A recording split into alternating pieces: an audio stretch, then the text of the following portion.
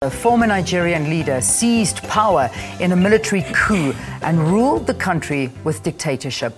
In that 5-year period, Abacha is said to have amassed billions of dollars through corrupt means while in office. The money was placed in different accounts overseas. After Abacha's death in 1998, the missing money became the subject of an international lawsuit involving the government of Switzerland, where the bulk of the money was discovered. Last week, it was reported that Switzerland will give $380 million back to the Nigerian government. We are now talking to Richard Iroanya. He is an independent political analyst. Good to have you in studio. Welcome to Morning Live. Thank you. Good. Now, the funds will be confiscated back to Nigeria while the government drops its case against the deceased Abacha's son, Abba Abacha. What brought about this particular agreement? You can see the enormity of corruption that the Nigerian society or state, is experiencing. The leaders have baked the country dry. As a result of corruption, Nigeria has not been able to realize its potential as a nation, always regarded as a giant of Africa, always regarded as a potential great nation in the world, but has not been able to live up to that expectation. And it's a result of enormity of the corruption, and the practices that are found in the country. And it has become necessary, to the strengthening of the Nigerian judicial system and, of course, the investigative capabilities of the country.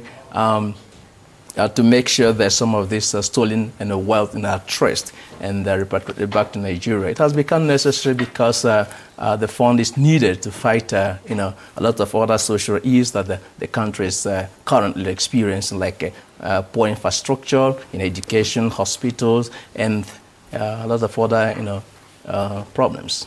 Okay. Is there a reason why the World Bank is carrying this out and under their supervision? Why is that?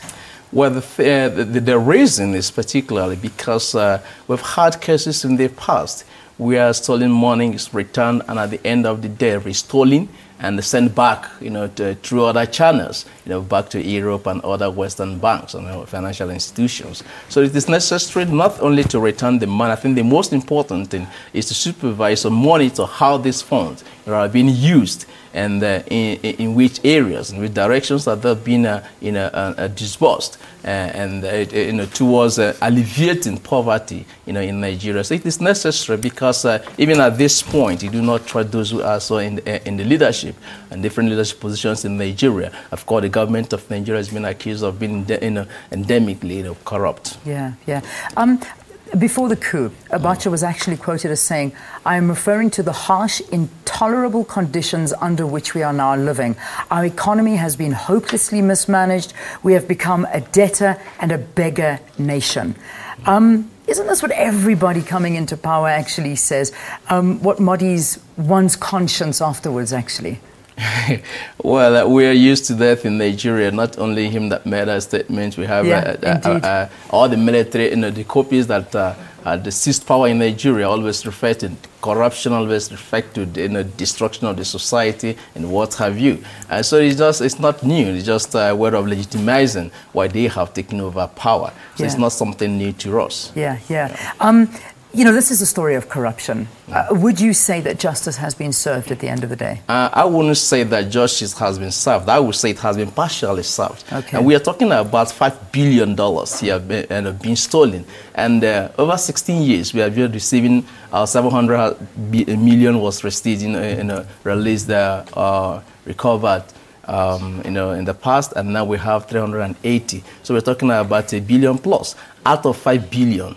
And it has taken 16 years of legal battles. Now think about the legal fees that has been paid. Think about money that has been spent in terms of investigation to make sure the money is returned. So if you subtract all that, we will be having less than 380 billion being returned to Nigeria.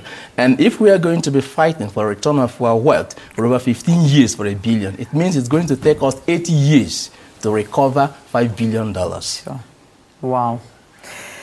What lessons are learned? Particularly by the African leaders and statesmen from this? What can be learned? Well, what can be learned is that the West is trying to cooperate with us now in China, because if you're saying that you want to help Africa fight corruption, these are the means through which you can help Africa fight corruption. Relax some of the secrecy banking laws that we have in the West, which of course is aiding and abetting corruption in Nigeria, and not only in Nigeria but in other African countries. You know, if the leaders of African nations know that their stolen wealth will be finally returned back to the people, then of course that they won't be able to steal as much as they are stealing now. And even if they have stolen, and they will be able to at least invest the money on our continent, in our different countries, and not, taking them outside the country, and when they die, that ends it. Yeah. And again, we can see that because of corruption, we can understand why the Nigerian government has not been able to effectively fight Boko Haram, because the military have not been adequately equipped.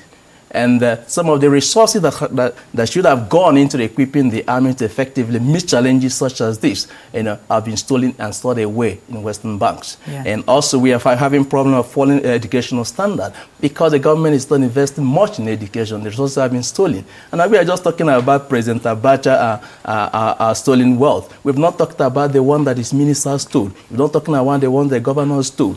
And so how are we going to recover some of this money to help us fight some of the endemic problems like poverty, on the continent? And these things are feeding into violence and feeding into other problems that we are having as a nation. Yeah. All right. Let's leave it there for today. Thank you for coming in and talking to us about this major story that's unfolding. Dr. Richard Iroanya, who is a political analyst, analyzing the situation in Nigeria as we speak right now. Corruption at the center of all of this. All right. Let's take a break. When we return, we're going to introduce you to a dynamic